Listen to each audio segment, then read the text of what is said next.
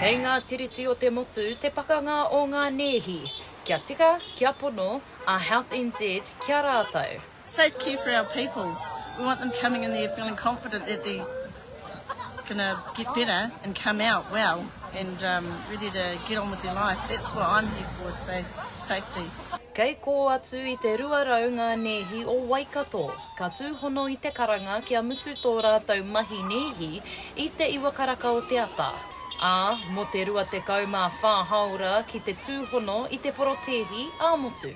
For me as Māori, it's important for me to know that I am making them feel welcome and that they are the most important person in my job. Unfortunately, people are going to end up there.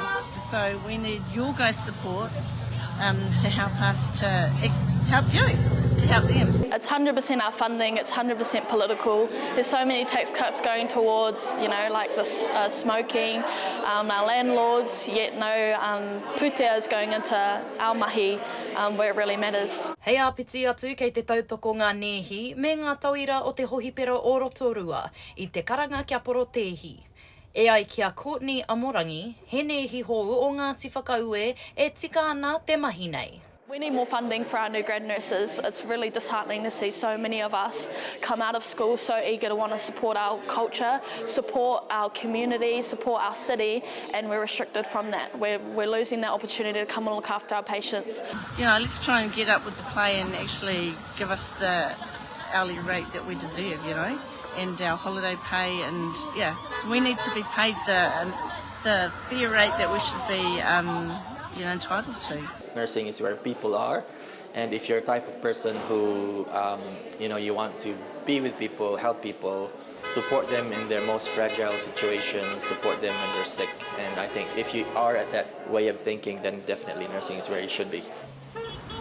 E ai ki te tākuta a Dale Bramley, te tumu whakahaere o te whatuora, mēnā e māui ana koe i tēnei rā porotehi nehi, me whakapā atu koe ki tō tākuta. Wai atu ki te Healthline i te tuatahi, nā te mea e wātea ana ngā wāhi ohotata mō ngā māwiwi ohotata. We should be equipped with the tools, the number of people, and we should be given the ability to do our jobs properly. We're really stretched in terms of looking after people. That's the one thing that we want to do. We need the funding to do that because, hey, if it was your nanny or your koro and all of a sudden all these politicians want to come to our hospitals, then they'll know how important it is. Being us helps open the doors, makes that scary place less scary by seeing our faces here. So we need to be here for our people so they feel more confident and can access the care that they need. Ka mutu te porotehi hei a pōpō.